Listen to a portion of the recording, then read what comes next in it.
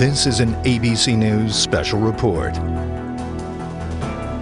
And good morning, everyone. For those of you that are joining us on Good Morning America and other programs, we're interrupting it right now because we have a special report here with David Muir. I'm Robin Roberts, and unfortunately, we have just confirmed that Elizabeth Taylor has died. She died in the early hours this morning from congestive heart failure. She was 79 years old. We know this morning that her 4 children were by her side. She survived, of course, by 10 grandchildren, 4 great-grandchildren at Cedars-Sinai Hospital. They were all around their mother, and we want to turn now to Sharon Alfonsi, who looks back at Elizabeth Taylor's life. I want to be a famous rider. I should like to hunt. Elizabeth Taylor was just 12 years old when she became what some people like to call one of the last great movie stars. The film was National Velvet in 1944. Wouldn't you like to go to America and act in the cinema? Might be fun for us to go and see me doing things in the pictures. She grew to become one of the most beautiful women in Hollywood, and at times one of the steamiest. She was Maggie in Cat on a Hot Tin Roof. Is it any wonder? You know what I feel like? I feel all the time like a cat on a hot tin roof. Then jump off the roof, Maggie, jump off it. By the time she played Cleopatra in 1963, she was one of the most famous women in the world and the highest paid. She made what was a fortune at the time, $1 million to taunt Julius Caesar. Play conqueror all you want, mighty Caesar. As an actress, there was far more to her than beauty. She won the Oscar for Best Actress twice, for Butterfield 8 in 1960. Stop that! And for possibly the role of her life in Who's Afraid of Virginia Woolf in 1966. All right, George, what do you want? An equal battle, baby, that's all. You'll get it. The passion on screen barely kept pace with her real life.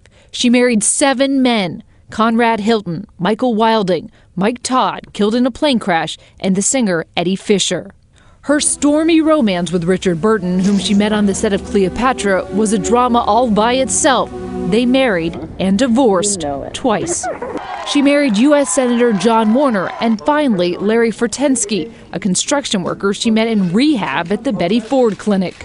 Her own story arced from storybook beginning to tragedy, poor health, later using her fame to sell perfume.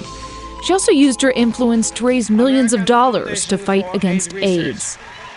I call on the U.S. government to lead the charge with the sole intent of finding an HIV vaccine.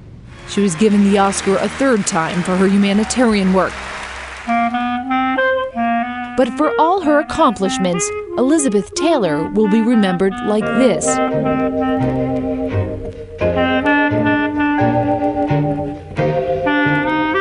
Film preserves an image, and it preserves Elizabeth Taylor as one of the last great movie stars.